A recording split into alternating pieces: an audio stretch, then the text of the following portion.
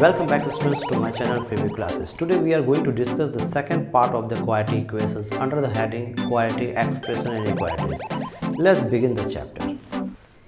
The first topic is expression. We have already learned about the expression when constant and variable are joined with each other by the arithmetical operations like addition, subtraction, multiplication और division, they are termed as expressions. जैसे x + 5 एक algebraic expression हो, इसके बारे में हम लोग पहले वीडियो में पढ़ चुके हैं। अगर आपने अभी तक नहीं पढ़ा तो आई बटन पे क्लिक कर करके पहला वीडियो देख के आएँ और इसके बाद इसे देखें, तब अच्छे से समझ में आएगा क्योंकि सारा टॉपिक उसमें ऑलरेडी डिस्कस है। अभी जो भी हम लोग पढ़ने वाले उसमें से कुछ टॉपिक्स प्रीवियस वीडियो से ही कोरिलेटेड होगा। उसके बाद सेकेंड पार्ट आता है कि क्वाड्रेटिक एक्सप्रेशन कैसे करेंगे। वहाँ पर हम लोगों ने डिग्री पढ़ा था, तो ठीक वही चीज़, अगर कोई भी एक्सप्रेशन का मैक्सिमम डिग्री 2 है तो उसको क्वाड्रेटिक एक्सप्रेशन बोलेंगे।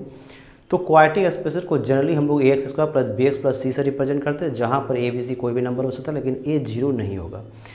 अगर क्वाड्रेटिक एक्सप्रेशन का कॉरस्पॉन्डिंग इक्वेशन लें तो वो होगा ax² + bx + c = 0। और जैसे ही ये क्वाड्रेटिक इक्वेशन हो गया तो इसका 2 रूट्स अल्फा बीटा होगा। हम लोगों ने प्रीवियस वीडियो में पढ़ा है कि सम ऑफ द रूट्स होता है -b/, और प्रोडक्ट ऑफ द रूट होता है c/, जो कि बोर्ड पर मैंने स्टोर भी किया है। उसके बाद आता है कि कोई अलजेब्रिक एक्सप्रेशन को किस ढंग से हम लोग फैक्टोरियल फॉर्म में कन्वर्ट करेंगे, तो देखते हैं वन बाय वन।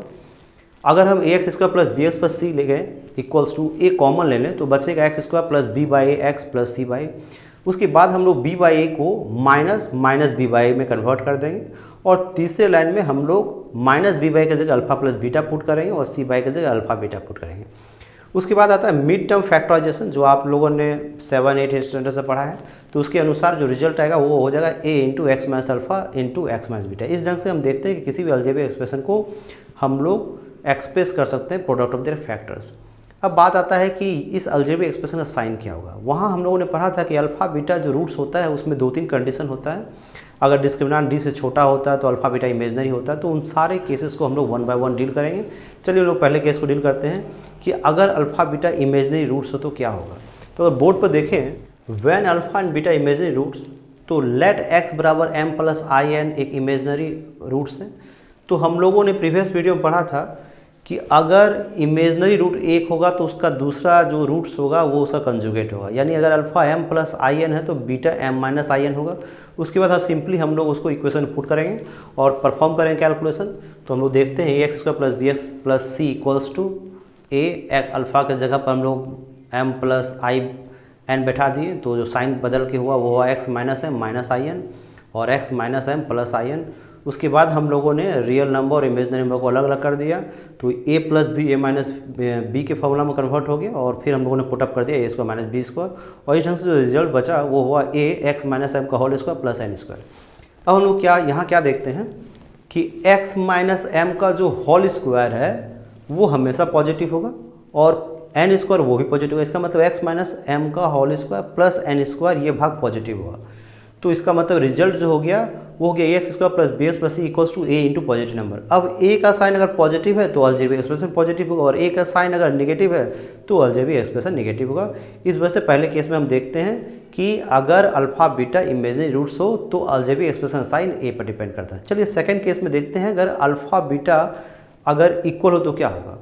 तो हम लोगों ने पढ़ा था कि डिस्क्रिमिनेंट 0 हो तो दोनों रूट्स क्या होता है, वो बराबर होता है। तो हम लोग थोड़ा देर कन्वीनियंस के लिए मान लेते हैं कि अल्फा बीटा वो k है वैल्यू। तो जब पुट करेंगे बोर्ड पर देखें अगर, तो ax² + bx + c हम लोगों ने फाइंड आउट किया हुआ है कि a × x - alpha x - beta होगा, तो x के अल्फा की जगह पर k और बीटा की जगह पर भी k। तो जो रिजल्ट आएगा वो होगा a x - k का होल स्क्वायर। अब फिर हम क्या देखते हैं, x - k का होल स्क्वायर कोई भी वैल्यू रहे x और k का वो पॉजिटिव होगा। तो इसका मतलब है ax² + bx + c जो हो वो उसका रिजल्ट आया a × पॉजिटिव नंबर। फिर हम लोग क्या देखते हैं, अगर a पॉजिटिव होगा तो अलजेब्रिक एक्सप्रेशन का साइन पॉजिटिव होगा, और a नेगेटिव होगा तो अलजेब्रिक एक्सप्रेशन साइन नेगेटिव है। इस ढंग से हम देखते हैं कि अगर रूट्स इक्वल हो तो भी अलजेब्रिक एक्सप्रेशन का साइन उसके x² कोफिशिएंट पे डिपेंड करता है। थर्ड केस आता है जब अल्फा बीटा रियल हो और अनइक्वल हो। तो इसमें भी 3 केस होता है कि जब x का वैल्यू अल्फा बीटा से छोटा हो, x का वैल्यू अल्फा बीटा के बीच में हो, और x का वैल्यू अल्फा बीटा से बड़ा हो। इसके लिए हम लोग सोरे देख लिए मान लेते हैं कि अल्फा बीटा में अल्फा बीटा छोटा है, तो उसको आसानी से हम लोग समझ सकते हैं। अगर नंबर लाइन पर अल्फा बीटा को रिप्रेजेंट करेंगे तो अल्फा और बीटा इस ढंग से होगा कहीं पर। चूँकि x अल्फा बीटा से छोटा है तो नंबर लाइन में जानते हैं कि जैसे जैसे हम लोग लेफ्ट में जाते हैं तो छोटा होता जाता है। तो ये अगर एक्स अल्फ़ा छोटा तो यहाँ पड़ेगा, और बीटा से भी छोटा है, और बीटा अल्फ़ा से, तो इसका मतलब है एक्स अल्फ़ा बीटा से जब छोटा होगा यानी एक्स लेस देन अल्फ़ा और एक्स बीटा, तो यहाँ पड़ेगा। और जब एक्स लेस देन बीटा और ग्रेटर देन अल्फ़ा होगा तो यहाँ पड़ेगा। और अगर जब एक्स बड़ा होगा अल्फ़ा बीटा दोनों से, यानी बड़ा होगा बीटा से, बड़ा होगा अल्फ़ा से, तो वो इस साइड में होगा। तो हम लोग इसी केस को अंडर 1 बाय 1 करेंगे। अगर बोर्ड पर देखें तो पहला केस आता है, थर्ड केस के अंदर पहला केस आता है जब x लेस देन अल्फ़ा और लेस देन बीटा हो। तो वैसे केस में क्या होगा, अगर अल्फ़ा को इस साइड में ले जाए तो x minus alpha less than 0 होगा, और बीटा को इधर ले जाए तो x minus beta less than 0 होगा। और हम लोगों ने अलजेब्रिक एक्सप्रेशन में पढ़ा था अभी कि ax square plus B X plus C जो होगा वो होगा a into X minus alpha X minus beta. तो x माइनस अल्फ़ा भी निगेटिव, x माइनस बीटा भी निगेटिव, तो निगेटिव इंटू निगेटिव पॉजिटिव हो जाएगा। यानी फिर से हम देखते हैं कि अलजेब्रिक एक्सप्रेशन का वैल्यू ए पर डिपेंड करता है। ये पॉजिटिव होगा तो वो पॉजिटिव होगा, ये निगेटिव होगा तो निगेटिव होगा। चलिए हम लोग सेकंड केस के बारे में बात करते हैं, जो थर्ड केस के अंतर्गत ही आता है, जब x इन दोनों के बीच में हो। तो अगर ध्यान से देखिएगा तो यहाँ पर बोर्ड पर भी देख रहे हैं हम लोग, x minus alpha greater than 0 हो जाएगा और x minus beta less than 0, यानी एक पॉजिटिव होगा दूसरा निगेटिव होगा। इसका मतलब है अगर हम लोग वैल्यू पुटअप करेंगे तो x minus alpha X minus beta negative होगा। यानी अगर algebraic expression A X square plus B X plus C के बारे में बात करें तो उसका वैल्यू अब डायरेक्टली ए पर डिपेंड नहीं करेगा, जो भी ए का साइन होगा उसका अपोजिट होगा। क्यों? क्योंकि पहले से x minus alpha X minus beta का साइन निगेटिव आ चुका है। अगर ए निगेटिव होगा तो उसको पॉजिटिव बना देगा, और अगर पॉजिटिव होगा तो वो निगेटिव ही रहेगा। अब बात आती है थर्ड केस की। थर्ड केस में आता है कि अगर x अल्फ़ा बीटा दोनों से बड़ा हो, तो यहाँ पर हम लोग साफ साफ दिख रहा है कि x minus alpha greater than 0 होगा और x minus beta greater than 0 होगा। इसका मतलब इन दोनों का प्रोडक्ट 0 से बड़ा होगा। इसका मतलब है कि X square plus B X plus C वापस ए के पे साइन पे ही डिपेंड करेगा। अब इन तीनों केसेस को अगर हम लोग सम अप कर दें तो आसानी से हम लोग बोल सकते हैं यहाँ पर इस ग्राफ के अनुसार कि अगर इधर रहेगा तो सेम एज ए, और इस साइड रहेगा तो सेम एज ए, और इन दोनों के बीच में रहेगा तो अपोजिट। नेक्स्ट टॉपिक में हम लोग पढ़ेंगे कि कोई भी अगर जनरल क्वाड्रेटिक इक्वेशन दिया हुआ है तो उसको उसके लीनियर रेशनल फैक्टर में कैसे कन्वर्ट करेंगे। तो अगर बोर्ड पर 1 बाय 1 स्टेप देखें अगर हम, तो सबसे पहले जो जनरल इक्वेशंस होता है वो होता है A X square plus 2hxy plus B Y square plus 2gx plus 2fy plus C equal 0। यहाँ पर हम ए एक्स स्क्वायर का रहने देंगे, इसमें x है इसमें x है तो x कॉमन ले लिया और बाकी सबको एक कांस्टेंट के रूप में ट्रीट करेंगे। फिर हम लोगों ने प्रीवियस वीडियो में पढ़ा है कि अगर कोई quadratic equation A X square plus B X plus C equal 0 हो तो जो x का वैल्यू होता है वो minus B plus minus square root of B square minus 4ac by 2a होता है। उसी फॉर्मूला को यहाँ अप्लाई करेंगे तो x का कोफिशिएंट आपको याद होगा वो b होता है, तो ये माइनस 2 इंटू इतना प्लस इस पूरा का बी स्क्वायर माइनस 4a के कोफिशिएंट ऑफ x a है और कांस्टेंट रूप में c है तो ये पूरा c के रूप में लिख दिया बाई 2a। उसके बाद यहाँ पर से 4 आएगा, 4 रूट से बाहर निकला 2 होगा, 2 कॉमन ले कटा दिया तो रिजल्ट ही आएगा। उसके बाद हम लोग क्रॉस मल्टीप्लिकेशन करेंगे तो ये इधर चला जाएगा x और इसको इधर ले आएंगे तो ये हो जाएगा। फिर ब्रैकेट में तोड़ेंगे तो ये देख रहे हैं इसको हम लोग रीअरेंजमेंट कर दिए तो H square minus A B Y square plus 2gx minus F Y Y plus G square minus A C है। अब है कि इसको हम लोग लीनियर फैक्टर के रूप में कन्वर्ट करना है। लीनियर फैक्टर के रूप में कन्वर्ट तभी होगा जब इसका पूरा स्क्वायर रूट निकल जाए, और हम लोग जानते हैं कि ये पूरा स्क्वायर रूट तब निकलेगा जब ये कंप्लीट स्क्वायर बनेगा, क्योंकि अगर कंप्लीट स्क्वायर नहीं होगा तो रूट में आएगा। जैसे अगर 8 आ गया तो स्क्वायर रूट ऑफ 2 एक इरेशनल नंबर होगा, लेकिन अगर 4 आ गया जो कंप्लीट स्क्वायर नंबर है तो रूट से बाहर निकल जाएगा। तो इसका कंप्लीट स्क्वायर रूट निकलना ज़रूरी है लीनियर फैक्टर के लिए। लेकिन ये खुद एक क्वाड्रेटिक एक्सप्रेशन है जिसका क्रॉसपॉन्डिंग इक्वेशन ले तो इक्वल्स टू 0 होगा। तो इसका सीधा सा मतलब है ये कंप्लीट स्क्वायर फॉर्म में तब आएगा जब इस linear equation corresponding quadratic equation का डिस्क्रिमिनेंट 0 हो जाए। तो अगर इस चीज़ को हम लोग डिस्क्रिमिनेंट निकालेंगे तो जो डिस्क्रिमिनेंट होगा वो हो जाएगा 2gh का whole square minus 4ac।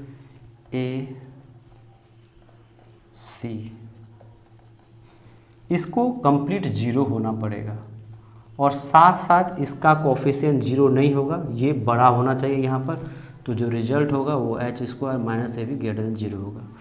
Board पर स्टेप बाय स्टेप देख रहे हैं, इसको हम लोग सॉल्व करेंगे जब, तो जो रिजल्ट आएगा, यानी अगर हम इस अब डी को छोड़ दें तो ये रिजल्ट को 0 होना, इसको जब हम लोग सॉल्व करेंगे तो फाइनल जो सॉल्यूशन के बाद जो रिजल्ट बचेगा वो होगा A B C plus 2FGH plus EF square plus BG square plus CH square equals to 0, जहाँ पर H square minus A B greater than 0 है। उसी को हम लोग डिटर्मिनेंट फॉर्म में लिख सकते हैं AHG HBF और GFC। इस ढंग से एक कंडीशन मिल गया कि कोई भी क्वाड्रेटिक इक्वेशन अगर जनरल इक्वेशन ये है तो उसको लीनियर फैक्टर में कन्वर्ट करने के लिए हम लोग को ये रिजल्ट चाहिए। चलिए नेक्स्ट टॉपिक के बारे में बात करें। नेक्स्ट टॉपिक है कि कोई भी अगर क्वाड्रेटिक इक्वेशन है तो उसका मैक्सिमम और मिनिमम वैल्यू क्या होगा। तो हम लोग अगर बोर्ड पर देखें तो हम लोग को पता करना है कि X square plus B X plus C जो क्वाड्रेटिक इक्वेशन उसका मैक्सिमम मिनिमम वैल्यू क्या होगा, जहाँ ये 0 के बराबर नहीं है। तो थोड़ी देर के लिए मान लेते हैं कि इसका वैल्यू y है और y का वैल्यू निकालने की कोशिश करेंगे मैक्सिमम मिनिमम वैल्यू। तो हम लोगों ने मान लिया y बराबर X square plus B X plus C, यानी A X square plus B X और y को इधर ले जाए तो c माइनस वाई इक्वल्स 0।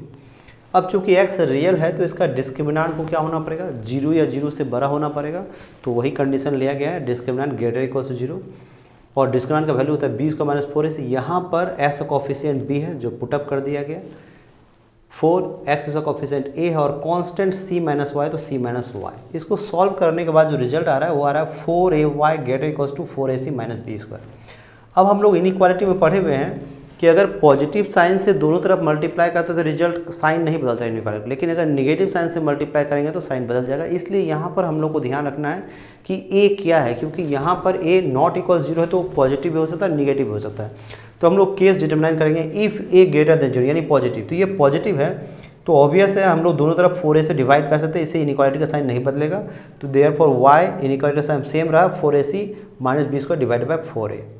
अब यहाँ क्या देखते हैं y का वैल्यू इससे और इससे बड़ा है, इसका मतलब है कि ये मिनिमम वैल्यू इतना होगा, बाकी जो भी वैल्यू आएगा वो बड़ा होगा। तो इसका मतलब the minimum value of y is 4ac minus B square by 4a। और चूंकि बड़ा का कोई अंत नहीं है इसलिए कोई मैक्सिमम वैल्यू एग्जिस्ट नहीं करेगा, इसलिए लिखा गया no such maximum value exist. अब अपने मन से y जो निकला है रिजल्ट उसको हम लोग इस इक्वेशन में पुट करेंगे और सॉल्व करेंगे कि x क्या निकलता है। जब हम लोगों ने पुट किया, कैलकुलेशन किया और फिर हम लोगों ने फॉर्मूला लगाया क्वाड्रेटिक इक्वेशन का minus B plus minus square root of D by 2a का, तो x का वैल्यू सॉल्व होकर के माइनस बी बाई 2a निकला। इसका मतलब है किसी भी अलजेब्रिक एक्सप्रेशन अगर A X square plus B X plus C के फॉर्म का है तो उसका मिनिमम वैल्यू जो है वो हो जाएगा 4ac minus B square 4a। कहाँ पर होगा वो हमेशा x बराबर माइनस बी बाई 2a होगा। अब दूसरा केस है कि अगर a लेस देन 0 तो क्या हो, तो सेकंड केस लेते हैं a लेस देन 0। तो चूँकि लेस देन 0 इधर निगेटिव है तो निगेटिव नंबर से दोनों तरफ डिवाइड करेंगे तो इनइक्वालिटी चेंज हो जाएगा। इसी वजह से ये y इधर रह गया, 4a से दोनों तरफ डिवाइड किया तो इधर y बचा और ये तो 4ac minus B square 4a और साइन इंटरचेंज हो गया।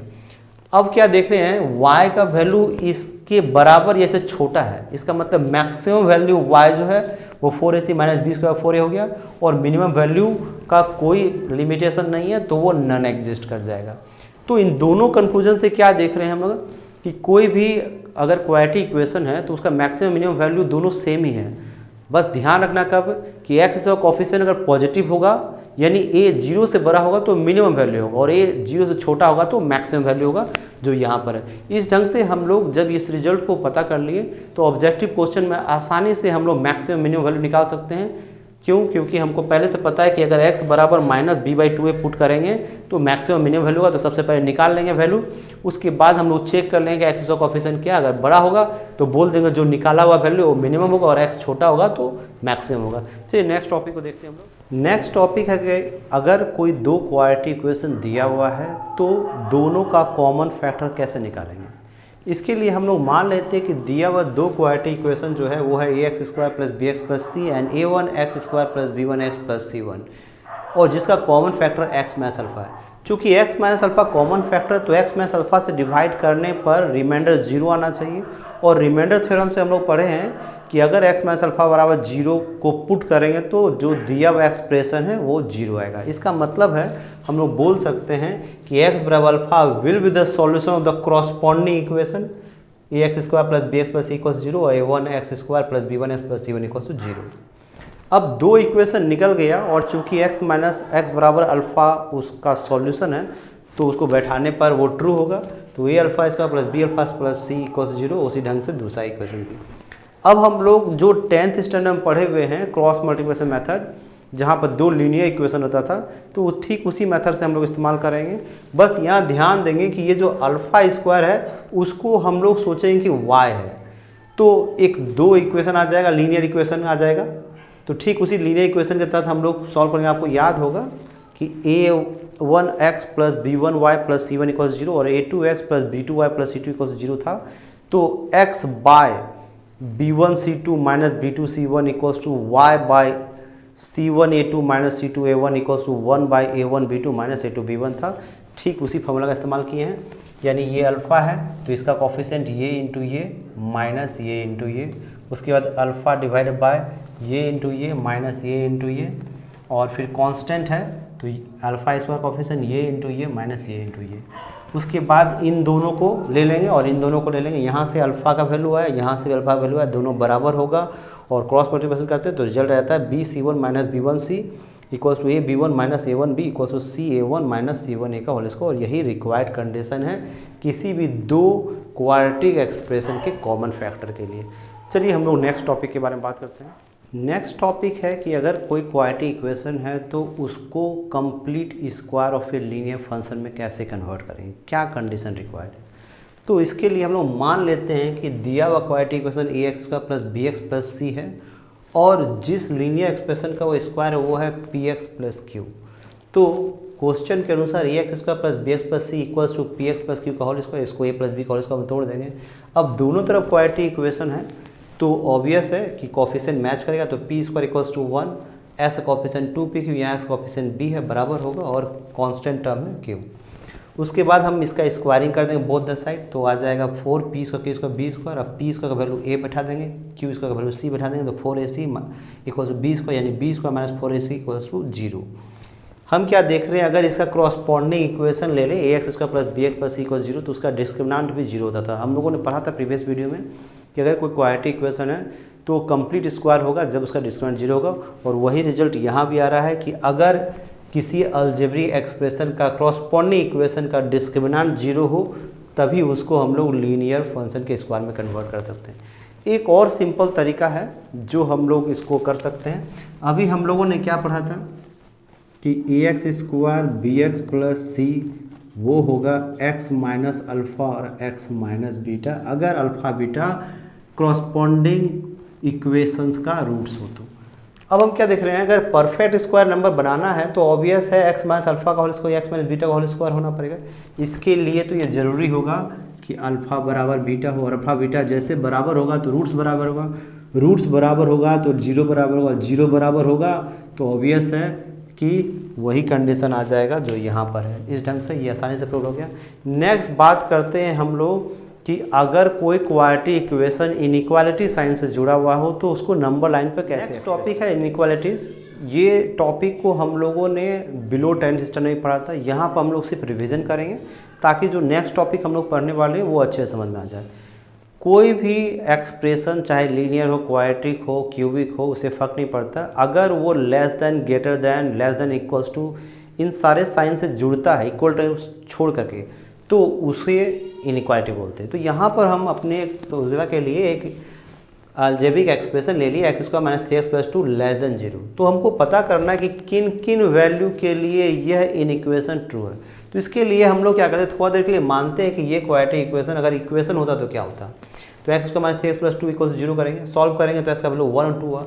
अब हम लोग नंबर लाइन लेंगे, नंबर लाइन में 1 और 2 दिखाएंगे, इसके किसी भी सेगमेंट में से एक वैल्यू निकालेंगे और इसको पुटअप करेंगे। सपोज कीजिए कि 1 से छोटा में कौन आएगा, 0 आएगा, तो हम लोग 0 पुटअप करेंगे। तो 0 पुट करने के बाद रिजल्ट 2 आता है। इसका मतलब क्या होगा, 2 और लेस देन 0, जो कि सही नहीं क्योंकि 0 से छोटा नहीं होता 2। इसका मतलब है 1 से कोई भी छोटा वैल्यू लेने पर इस सेगमेंट में ये इनइक्वालिटी ट्रू नहीं होता है। अब आपको बाकी नहीं चेक करना, ये नंबर लाइन का एक मैजिकल असर ये है कि एक बार आप निकाल लिए फॉल्स तो अगर अल्टरनेट सेगमेंट में ट्रू फॉल्स होता जाए, यानी इस सेगमेंट में ट्रू होगा, इस सेगमेंट में फॉल्स होगा। आप एक चेक भी करके देख सकते हैं। अगर 2 के बाद का कोई वैल्यू ले लीजिए, सपोज कीजिए कि आप 3 लेते हैं तो पुट कीजिए 3 3 जा 9, माइनस 3 इंटू 3 9, 9 9 कट जाएगा 0, 0 प्लस 2 2 और 2 0 से छोटा नहीं यानी फॉल्स होगा। इस सेगमेंट में कोई वैल्यू ले जाएगा वो ट्रू होगा। इस ढंग से इनइक्वालिटी सॉल्व होता है। अब बात आती है कि इंटरवल्स के रूप में कैसे हम लोग उसको रिप्रेजेंट करते हैं, ये भी जानना जरूरी है। तो इसमें छोटा सा कॉन्सेप्ट है कि अगर 2 नंबर A है और B से छोटा है और अगर ऐसा लिखे हैं तो इसी को हम लोग नोटेशन में x elements of open interval या इसी को हम लोग इस ढंग से भी साइन से रिप्रेजेंट करते हैं। इसको हम लोग ओपन इंटरवल बोलते हैं जब कोई वैल्यू एडजॉइन नहीं होता। अब इसी में हम लोग एक और एग्जांपल दे सकते हैं। अगर x less than equals to b हो जाए और ग्रेटर इक्वल्स टू a हो जाए तो x एलिमेंट्स ऑफ, इसको हम लोग इस बिग ब्रैकेट से दिखाते हैं, ये लोअर लिमिट ये अपर लिमिट, और ये होता है क्लोज इंटरवल। यानी जब वैल्यू इंक्लूड हो जाता है तो उसको क्लोज बोलते हैं, जब इंक्लूड नहीं होता तो उसको ओपन बोलते हैं। यानी 2 केस और हो जाएगा इसमें। अगर x लेस देन b हो ग्रेटर इक्वल्स टू a हो तो x एलिमेंट्स ऑफ हम लोग क्या लिखेंगे a, और इसके लिए 2 साइन है तो ये वाला साइन इस्तेमाल कर लेंगे। ये साइन का मतलब है कि a इंक्लूडेड है। उसी ढंग से इसको बोलते हैं ओपन क्लोज इंटरवल। अब अगर x लेस देन b और ग्रेटर देन a हो तो हम लोग इसको x elements of a b, ये b इंक्लूडेड है इसलिए ऐसा लिख सकते हैं, इसको बोलते हैं ओपन क्लोज इंटरवल।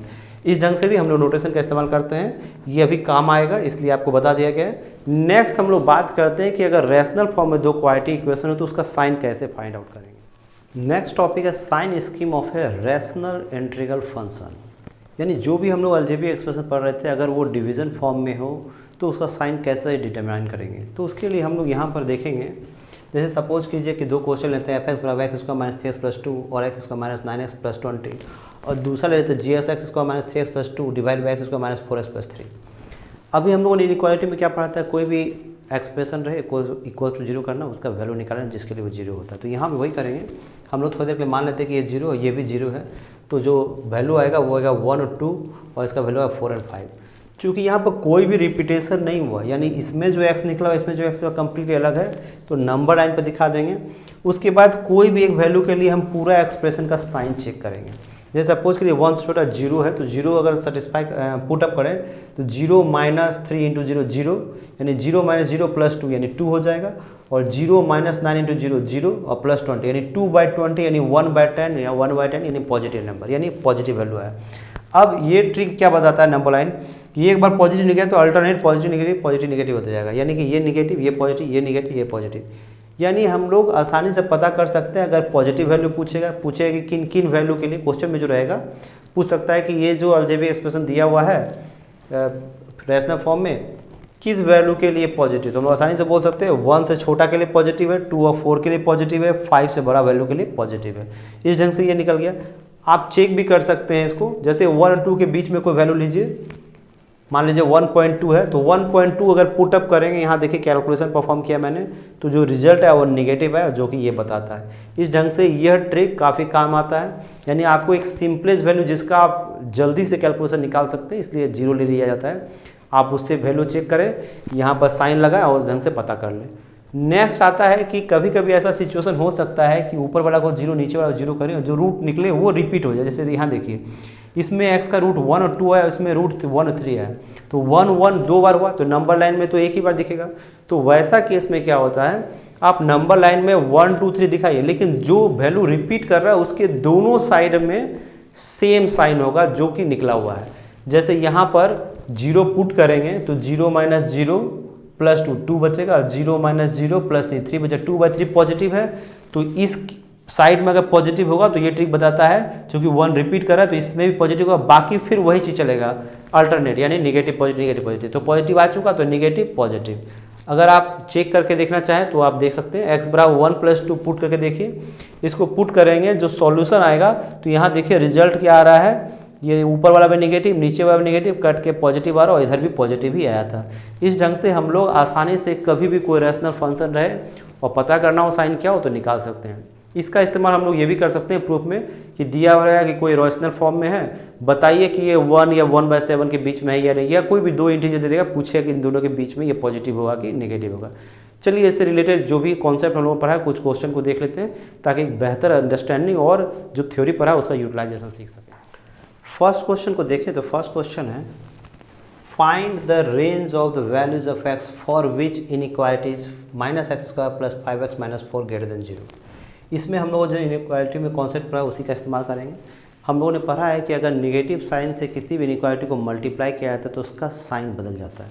तो यहाँ पर हम लोग सबसे पहले -1 से मल्टीप्लाई करेंगे तो ये +x² हो जाए, ये -5x, ये +x और इनइक्वालिटी का साइन चेंज हो जाएगा, ग्रेटर देन से स्मॉलर देन, और बाकी जो जीरो था जीरो उधर जाएगा। फिर मिड टर्म फैक्टराइजेशन का इस्तेमाल करके हम लोग इसको डिवाइड करेंगे, फिर कॉमन लेंगे और फिर कॉमन लेने के बाद फैक्टराइज हो जाएगा x - 4 x - 1 < 0। अब मैंने क्या बताया था कि जो भी लेफ्ट हैंड पार्ट में है उसको थोड़ा देर के लिए मान लेना कि वो जीरो है। तो अगर इसको हम पूरा का पूरा जीरो मान लें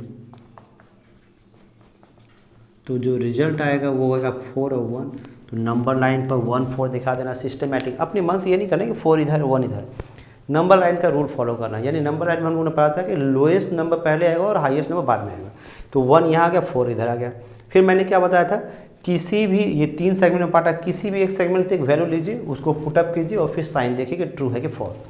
तो हम लोग सिर्फ कन्वीनियंस के लिए जीरो ही लेंगे। तो 1 से छोटा जीरो होगा, तो जीरो हम लोग जैसे पुट करेंगे यहाँ पर तो देखिए 0 + 0 -4 जीरो से बड़ा नहीं होता है, -4 जीरो छोटा होता है। इसका मतलब x बराबर 0 के लिए ट्रू नहीं है, इसका मतलब फॉल्स हो गया। तो अल्टरनेट सेगमेंट में क्या होगा, ट्रू फॉल्स, तो ये ट्रू हो जाए, ये फॉल्स हो जाए। इसका मतलब ये जो इक्वालिटी होल्ड करेगा वो किसके बीच में करेगा, 1 और 4 में। चूंकि ये लेस देन इसमें इक्वालिटी नहीं है इसलिए इसमें भी इक्वालिटी नहीं एग्जिस्ट करेगा। इसका मतलब x का वैल्यू हो जाएगा x < 4 > 1। आप चाहे तो वहाँ नहीं पुट करके यहाँ भी पुटअप करके चेक कर सकते हैं। इसमें x बराबर 0 पुट कीजिएगा तो ये निगेटिव आएगा, ये भी निगेटिव आएगा, निगेटिव पॉजिटिव नंबर हो जाएगा। पॉजिटिव नंबर 0 छोटा नहीं होता, इसका मतलब ये ट्रू नहीं है, ये फॉल्स है। तो ये ट्रू होगा, इस ढंग से ये सॉल्यूशन हो गया। चलिए हम लोग नेक्स्ट क्वेश्चन देख लेते हैं। सेकंड क्वेश्चन को अगर देखें तो सेकंड क्वेश्चन है find the solution set of in equations 4x / x² + 3 > 1। Simple previous question की तरह करेंगे हम लोग। चूंकि x² पॉजिटिव नंबर है तो पॉजिटिव नंबर प्लस पॉजिटिव है, इसलिए दोनों तरफ x² + 3 से मल्टीप्लाई कर सकते हैं। तो जो रिजल्ट आएगा इनइक्वालिटी का साइन चेंज नहीं होगा, तो 4x > x² + 3। उसके बाद हम लोग 4x को दूसरे साइड में ले जाएंगे, यानी इधर 0 बच से इधर हो जाएगा x² - 4x + 3। तो ये पूरा डाटा 0 छोटा होगा, उसी को हम लोग रिवर्स में लिखें तो इस ढंग से है। तो इसमें कंफ्यूज नहीं होना आपको। x² - 4x + 3 < 0 हो गया। उसके बाद मिड टर्म फैक्टराइजेशन करेंगे, जो रिजल्ट आएगा वो x - 3 x - 1 < 0। अब हम लोग पहले पढ़े थे कि इसको 0 करेंगे तो वैल्यू क्या आएगा, x बराबर 1 x बराबर 3। तो नंबर लाइन पर हम लोग लेंगे, फिर हम लोग 1 से छोटा के लिए 0 चेक करते हैं यहाँ पर इस साइन को। तो 0 - 3 -3, 0 - 1 -1, -1 - 3 +3 हो गया, और 3 0 से छोटा नहीं होता, इसका मतलब ये फॉल्स है। तो ये वाला ट्रू होगा, ये वाला फॉल्स होगा। तो ये वैल्यू लाई करता है 1 और 3 के बीच में। तो चूंकि यहाँ इक्वालिटी है, इक्वल भी है, तो इसलिए < 3 और < 1। अब हम लोगों ने सेट फॉर्म में कन्वर्ट करना सीखा था कि क्लोज फॉर्म ओपन फॉर्म क्या होगा। तो ठीक इसी ढंग से इसको दोनों क्लोज है तो ये क्लोज फॉर्म में हो जाएगा x एलिमेंट्स ऑफ का साइन 1 3, ये वाला ब्रैकेट चूंकि ये इंक्लूडेड है, इस ढंग से ये आंसर आ गया सेट फॉर्म में। चलिए नेक्स्ट क्वेश्चन को देख लेते हैं। अगर थर्ड क्वेश्चन को देखें तो थर्ड क्वेश्चन है if x be real so that 2x² - 3x + 2 / 2x² + 3x + 2 lies between 1/7 7। इसको भी अभी जो प्रीवियस क्वेश्चन बना था ठीक उसी ढंग से बनाएंगे। सिर्फ इस शुरुआती दौर में हम लोग क्या करेंगे, जो एक्सप्रेशन उसको y मान लेंगे, फिर हम लोग क्रॉस मल्टीप्लिकेशन करेंगे। उसके बाद जो है हम लोग कॉमन ले लेंगे, जैसे यहाँ पर x², यहाँ पर x² एक जगह ले लिए, यहाँ पर x है, यहाँ पर x है, उसको एक जगह ले लिए, ये कांस्टेंट के रूप में ट्रीट करेंगे। तो पेयरिंग करेंगे तो कॉमन 2y - 1 x², और यहाँ पर x कॉमन ले लेंगे तो 3y + 1x, और 2 कॉमन लेंगे y - 1। अब चूंकि x रियल है, देखिए ये क्वाड्रेटिक इक्वेशन हो गया, ये पूरा का पूरा a लेंगे, ये पूरा b के रूप में देखेंगे, इसको कांस्टेंट के टर्म में देखेंगे। तो हम लोग अभी पढ़ के आए कि x² + bx + c हो और x रियल हो तो डिस्क्रिमिनेंट > 0 होगा। तो यहाँ पर x रियल है इसलिए डिस्क्रिमिनेंट को > 0 होगा। तो डिस्क्रिमिनेंट में b² यानी ये स्क्वायर -4, ये a की जगह ये इतना और c की जगह ये पुटअप करेंगे। फिर हम लोग को रीअरेंजमेंट करना है, इसको वैसे ही रहने देंगे। यहाँ 4 × 2 8, 8 2 16, और यहाँ y - 1 y1 का होल स्क्वायर। तो यहाँ पर हम लोग डायरेक्ट लिख देंगे 4 × y - 1 का होल स्क्वायर। तो इसको a देखेंगे, इसको b देखेंगे, तो a² - b इसका फॉर्मूला तोड़ेंगे, a + b × a - b। तो ये हम लोगों ने तोड़ दिया, और ये साइन हम लोग कंटिन्यू करते रहेंगे। फिर इसको सॉल्व करने के बाद आता है 7y माइनस 1 और 7 माइनस वाई ग्रेटर इक्वल 0। अब इनइक्वालिटी का प्रॉब्लम आ गया। थोड़ा देर के लिए मान लें कि ये पार्ट 0 है तो y बराबर 1/7 7 होगा। फिर हम लोग इनइक्वालिटी के नियम से नंबर लाइन पर शो करेंगे। ऑब्वियस है 1/7 पहले आएगा, 7 बाद में आएगा। कोई एक वैल्यू ले लेते हैं, मैंने कहा भी था कि 0 से कैलकुलेशन आसानी से होता है तो 0 ही लेंगे। तो 1/7 के पहले 0 आएगा तो हम लोग यहाँ 0 पुट करेंगे। तो 0 पुट करेंगे तो 7 इंटू 0 0, 0 माइनस 1 हो गया, और 7 माइनस 0 7, तो -1 इंटू 7 -7 होगा, जो कि बोल रहा है 0 से बड़ा होगा, जो कि संभव नहीं है। इसका मतलब है y बराबर 0 के लिए अनट्रू हो गया, यानी फॉल्स हो गया। तो यहाँ फॉल्स हुआ, और हम लोगों ने पढ़ा क्या ट्रिक से कि एक पार्ट में फॉल्स हो तो अल्टरनेटिवली क्या होगा, प्लस माइनस यानी फॉल्स ट्रू फॉल्स हो जाएगा। तो फॉल्स है तो ये ट्रू, ये फिर फॉल्स, इसका मतलब इसके बीच में ट्रू आया। इसका सीधा सेंस है कि ये जो y है वो लेस देन 7 ग्रेटर 1/7 होगा। और y क्या माने थे, ये दिया हुआ एक्सप्रेशन, तो दिया हुआ एक्सप्रेशन 1/7 से छोटा 1/7 से बड़ा, इसका मतलब 1/7 के बीच में आ गया। इस ढंग से आसानी से प्रूव हो गया। चलिए नेक्स्ट क्वेश्चन को देख लेते हैं। अगर फोर्थ क्वेश्चन के बारे में बात करें तो फोर्थ क्वेश्चन है, if x be real find the greatest and the least value of the expression x square minus 3x minus 3 divided by 2x square plus 2x plus 1। ये क्वेश्चन भी previous question की तरह है, जिसमें हम लोगों को प्रूव करना था कि ये दिया हुआ एक्सप्रेशन 7 और 1/7 के बीच में लाई करता है। तो ठीक उसी ढंग से हम लोग प्रोसीड करेंगे। सबसे पहले हम लोग y मान लेंगे, फिर उससे क्रॉस मल्टीप्लिकेशन करेंगे, फिर सारे टर्म्स को एक तरफ ले आएंगे। तो जो सॉल्यूशन होगा वो हो जाएगा 2y माइनस 1 का x square plus 2y plus 3x plus y plus 3 equals 0। चूँकि x रियल दिया हुआ है इसलिए डिस्क्रिमिनेंट ग्रेटर इक्वल्स 0 होगा, यानी b square minus 4ac greater equals 0 होगा। तो यहाँ पर x का कॉफिशिएंट जो है वो b है तो उसका स्क्वायर माइनस 4, x का कॉफिशिएंट जो है वो a होगा तो वो, और c y प्लस 3 वो पुटअप किया ग्रेटर इक्वल्स 0। इसके बाद सिंपली a प्लस बी का होल स्क्वायर तोड़ दिया और इसको मल्टीप्लाई कर दिया, और उसके बाद रीअरेंजमेंट किया, यानी 4y माइनस 8y स्क्वायर तो माइनस 4y स्क्वायर, फिर सब्ट्रैक्ट किया माइनस 8y प्लस 21। अब -1 से मल्टीप्लाई करेंगे तो इनइक्वालिटी चेंज हो जाएगा, तो रिजल्ट आ जाएगा माइनस का plus 4y square plus 8y, और ये प्लस 21 था तो माइनस 21। उसके बाद हम लोग सिंपली मिड टर्म फैक्टराइजेशन करेंगे और कॉमन लेंगे, तो रिजल्ट आएगा 2y plus 7 multiply 2y minus 3 less than equals 0। अब फिर से इनइक्वालिटीज़ का नियम, थोड़ी देर के लिए हम लोग मान लेते हैं कि LHS पार्ट 0 है। अगर ये 0 होता तो y का वैल्यू आता -7/2 और y बराबर 3/2, तो उसको हम लोग नंबर लाइन पर रिप्रेजेंट करेंगे। ऑब्वियस है -7/2 पहले आएगा, 3/2 बाद में आएगा। फिर कोई एक वैल्यू लेंगे 0, तो 0 ले लेते हैं हम लोग। -7 और 3/2 के बीच में 0 है तो 0 पुटअप करेंगे यहाँ पर हम लोग रिजल्ट में, ध्यान से देखिए यहाँ पर ही पुटअप कर देते हैं। 0 पुट करेंगे तो 2 इंटू 0 प्लस 7 7, और 2 इंटू 0 माइनस 3 यानी 7 इंटू -3 -21, और -21 0 से छोटा होगा, जो ट्रू है। इसका मतलब है ये ट्रू हो गया तो बाकी दोनों तरफ क्या होगा, फॉल्स होगा। इसका मतलब है कि ये जो y है वो लेस एन इक्वल 3/2 होगा, क्योंकि इक्वालिटी में इक्वल टू साइन भी है, और ग्रेटर इक्वल 7/2 होगा। इसका मतलब क्या देख रहे हैं हम लोग कि 3/2 से बड़ा नहीं हो सकता, उससे छोटा होगा। तो यानी मैक्सिमम वैल्यू यानी ग्रेटेस्ट वैल्यू y का 3/2 होगा। और फिर ये बोलता है घटते घटते -7/2 तक पहुंच जाता है, फिर उससे बड़ा होगा। इसका मतलब मिनिमम वैल्यू -7/2 होगा, और y क्या है ये, तो इस ढंग से इसका मैक्सिमम वैल्यू ग्रेटेस्ट वैल्यू 3/2 आ गया, और लिस्ट वैल्यू जो है इसका -7/2 आ गया। यानी सेम पैटर्न से हम लोग बन गया। चलिए एक लास्ट क्वेश्चन देख लेते हैं।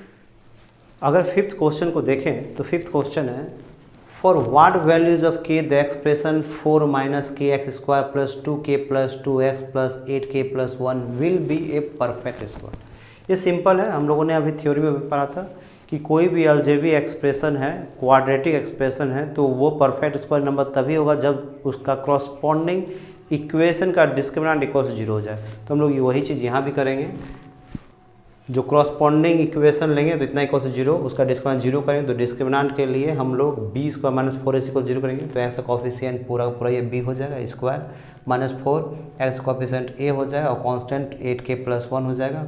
फिर सॉल्व करके रीअरेंजमेंट करेंगे तो k का वैल्यू 0 और k का वैल्यू 3 हो गया। इस ढंग से आसानी से एक क्वेश्चन बन गया। चलिए हम लोग छठा क्वेश्चन देख लेते हैं। अगर सिक्स्थ क्वेश्चन के बारे में बात करें तो सिक्स्थ क्वेश्चन है, resolve the quadratic expression into two linear factor 6x square plus 7xy plus 2y square plus 11x plus 7y plus 3। इस ढंग के क्वेश्चन के लिए सबसे पहले हम लोग क्रॉसपॉन्डिंग इक्वेशन में कन्वर्ट करेंगे, फिर x या y के फॉर्म में कन्वर्ट करेंगे और उसको रिजॉल्व कर देंगे, जो हम लोगों ने प्रीवियस चैप्टर में पढ़ा था। जैसे यहाँ पर मैंने जो इक्वेशन दिया उसको x के फॉर्म में कन्वर्ट कर दिया, 6x²। यहाँ x और ये जो x है इसमें x कॉमन ले लिया तो 7y + 11 बचा। बाकी सारे चीज़ को यानी 2y² + 7y को एक कांस्टेंट के रूप में रख दिया। चूँकि x रियल है इसलिए x का वैल्यू एग्जिस्ट करेगा। तो x का वैल्यू हम लोगों ने पढ़ा था कि अगर कोई क्वाड्रेटिक इक्वेशन हो तो x का वैल्यू होगा -b ± (√d/2a), तो उसी फॉर्मूला को इस्तेमाल किया है। तो यहाँ पर x का कोफिशिएंट b है तो -2 7y + 11 प्लस माइनस ये b² -4 × a, x का कोफिशिएंट ये होता था और ये पूरा कांस्टेंट। उसके बाद यहाँ पर सिर्फ मल्टीप्लाई जो है फॉर्म a + b का होल स्क्वायर का फॉर्म लगाया और यहाँ मल्टीप्लाई किया, उसके बाद रीअरेंजमेंट किया। रीअरेंजमेंट करने के बाद यहाँ क्या देख रहे हैं हम लोग, y² -14y + 49 जो है y - 7 का होल स्क्वायर हो जाता है और इस ढंग से रूट निकल जाएगा।